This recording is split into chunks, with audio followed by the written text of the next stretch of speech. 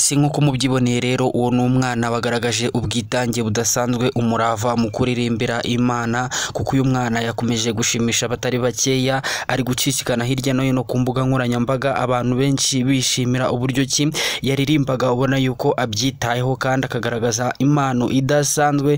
Uyu mwana rero akomeje gushimisha abatari bakeya, byatumye abantu bongera kwibuka wa mwana wo mu gihugu cya Ghana, byaje gutangira ari kurira ariko nyuma akaza guseka. Abantu benshi rero bakomeze kugenda bishimira uyu mwana ukuntu afite impano nziza yo kuririmba, kandi ikora rwose yakunzwe n'abatari bakeya, ubona yuko ari abana baririmba neza, ukabona yuko bafite repetition ihagije mu by'ukuri.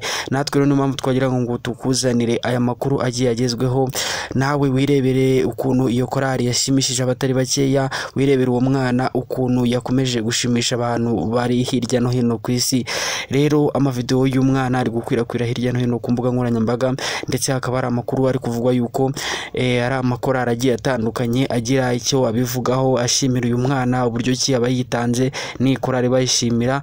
Mu by'ukuri mu minsi mikeya dushobora no kumva rwose babahembye, kuko abantu benshi batangiye kumenya iyi korali, bari kumenya amateka yayo ndetse n'uburyo ki iririmba. Uyu mwana rero akomeje kuvugisha abatari bakeya, nawe uramwiboneye kandi ntekereza nk'uko ukomeje kubyumva ari umwana mwiza, umwana wishimiwe n'abatari bakeya. Turagushimira rero uhorana natwe hano kuri On Top TV, dusubire mu biganiro by'ubutaha. Ciao ciao.